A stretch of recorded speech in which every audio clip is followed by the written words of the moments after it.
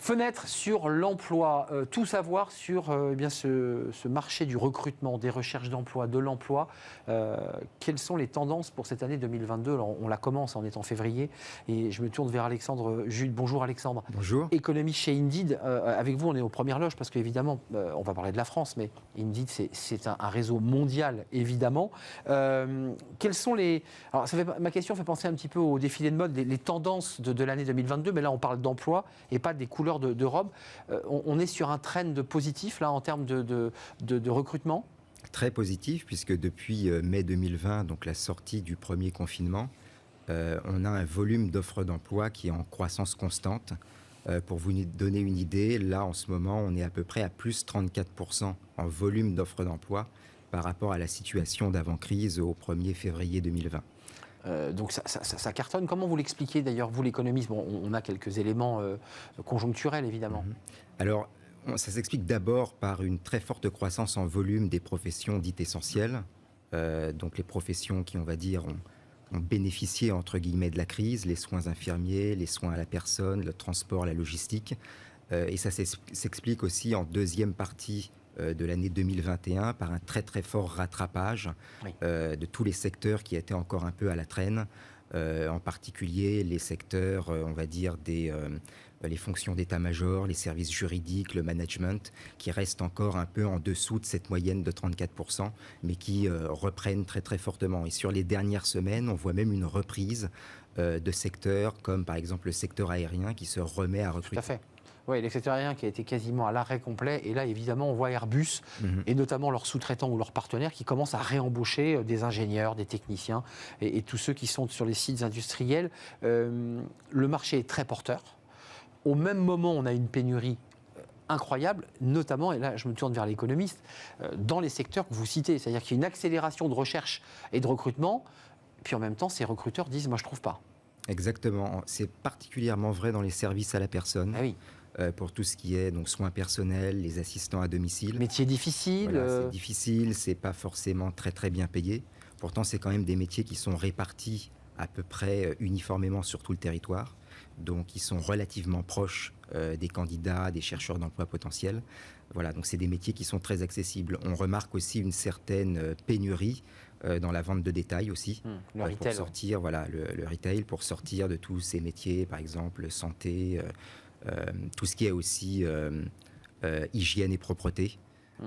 Les services immobiliers également, qui ont été en très très forte croissance. Il y a encore une pénurie de négociateurs immobiliers, d'agents immobiliers. Alors, tournons-nous, là on parle évidemment du marché, tournons-nous vers ceux qui cherchent un emploi, ceux qui ont un emploi et qui écoutent, et puis ceux qui cherchent un emploi. Il y a ce chiffre, qui est votre source d'ailleurs, 37% déclarent être à l'écoute du marché, dont un peu plus de la moitié en recherche active. C'est un chiffre, alors... Par rapport à ce chiffre, on le situe comment ? Il est important par rapport à un trend sur 10 ans ? C'est un chiffre important, alors, ça ? cette étude, on l'a fait depuis juillet 2021. Donc ça, pour l'instant, c'est relativement stable. Ce qu'on constate, on constate des petites fluctuations quand même, notamment en fin d'année dernière. Par exemple, on a eu un effet Omicron avec la part des gens qui cherchaient activement, qui s'est tassée un peu. Et quand on regarde, quand on demande aux gens qui ne cherchent pas, provisoirement, pourquoi ils le font.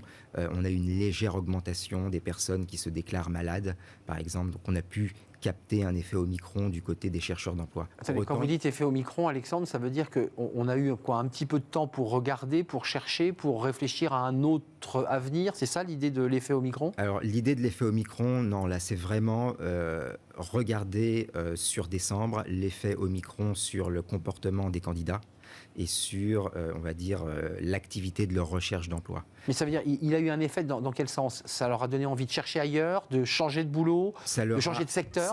Ça leur a donné envie d'arrêter de chercher momentanément un emploi. D'accord, donc c'est exactement l'inverse de ce que je dis. C'est-à-dire qu'ils posent l'ordinateur et la tablette et ils ne cherchent pas. Exactement. Donc ils jouent la sécurité. Exactement. Oui, ça c'est intéressant. Et du côté des offres, pourtant, on n'a pas d'effet Omicron. C'est-à-dire qu'on a toujours eu un flux constant d'offres qui est continué à arriver de novembre à février. D'où cet effet de croisement entre plus d'offres que de personnes qui finalement cherchent, on est d'accord. Voilà. Donc il crée évidemment un gap. Voilà, mais encore une fois, ça a été un effet transitoire. Là, pour le moment, sur les dernières données de janvier, on est encore une fois sur une proportion de personnes à la fois en recherche et en recherche active qui est revenue au chiffre de septembre-octobre. Alors c'est intéressant, économie chez Indeed, je le disais, Indeed évidemment a une vue extrêmement panoramique. Est-ce que vous avez constaté à travers cette étude, qui est finalement une forme de baromètre très régulier, de la mobilité géographique? On a parlé de beaucoup de départs de Parisiens qui sont partis s'égayer dans d'autres villes de province. Ouais. Ça, vous l'avez quantifié, ça? Alors, la mobilité géographique, c'est quelque chose qu'on regarde souvent. Oui. On a fait une étude il y a quelques semaines sur précisément les flux entre les centres-villes et les banlieues. Oui. Il y a clairement un effet qui est un effet assez important, une augmentation d'une quinzaine de pourcents du volume de recherche, on va dire, des centres vers les périphéries. Il n'y a pas d'effet véritablement significatif. Il n'y a pas de fuite des Parisiens dans d'autres métropoles.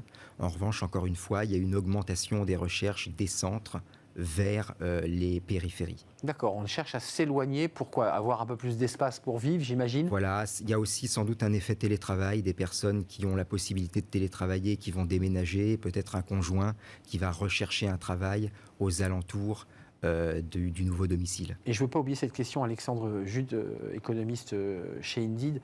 Il y a quand même un débat qui est posé sur le pouvoir d'achat. Ce n'est pas pour vous amener à parler de la campagne présidentielle, mais il y a quand même un sujet en termes de pénurie d'emploi autour du pouvoir d'achat. C'est un sujet que vont devoir s'emparer les entreprises, les branches, en disant, voilà, vous êtes d'accord avec cette analyse-là? Oui, avec une inflation à 2,8% sur l'année passée, nous, ce qu'on voit sur les salaires qui sont dans les annonces, en moyenne, on a des salaires qui suivent l'inflation, c'est-à-dire une augmentation seulement, voilà, de 2,7%, on va dire, de décembre 2020 à décembre 2021. Pas plus. Très importante dans les services à la personne et dans la santé, puisqu'on peut arriver sur des augmentations de salaire de 6%. Mais effectivement, des salaires qui ont peut-être parfois tendance à stagner dans les métiers où il y a moins de tension, comme la gestion de projet, par exemple. C'est ça. Juste avant de nous quitter, vous avez une petite tendance sur la notion d'indépendance. Est-ce que le salariat est toujours plébiscité, je dirais, dans la cartographie que vous faites? Alors, on constate une part légèrement supérieure de CDI dans le total des annonces qu'il y a chez Indeed. Donc, clairement, le CDI reste, si vous voulez... C'est le pilier. Voilà, le modèle de référence. Tout ce qui est indépendant, ça se développe beaucoup sur les métiers de l'informatique. En général, qu'on parle aussi on va dire du profil d'indépendant qui attire, c'est-à-dire avec des salaires, des revenus intéressants, c'est sur ces métiers-là, informatique, graphique, graphiste. Mais il faut rappeler que c'est une part relativement faible de l'ensemble du marché du travail et de l'ensemble des offres d'emploi, puisque sur le numérique, on est à peu près 5% du total. Merci Alexandre Jude d'être venu nous éclairer. Vous êtes économiste chez Indeed. C'est terminé. Merci de votre fidélité. Je remercie évidemment toute l'équipe. Je le fais très rapidement. Elisa Bernardo pour la réalisation. Je remercie Amanda au son. Je remercie Fanny Griesmer évidemment. Et je remercie César. Je perdais son nom. César pour l'accueil invité. Merci à vous. Merci de votre fidélité. Je vous dis à demain. Portez-vous bien. Bye bye.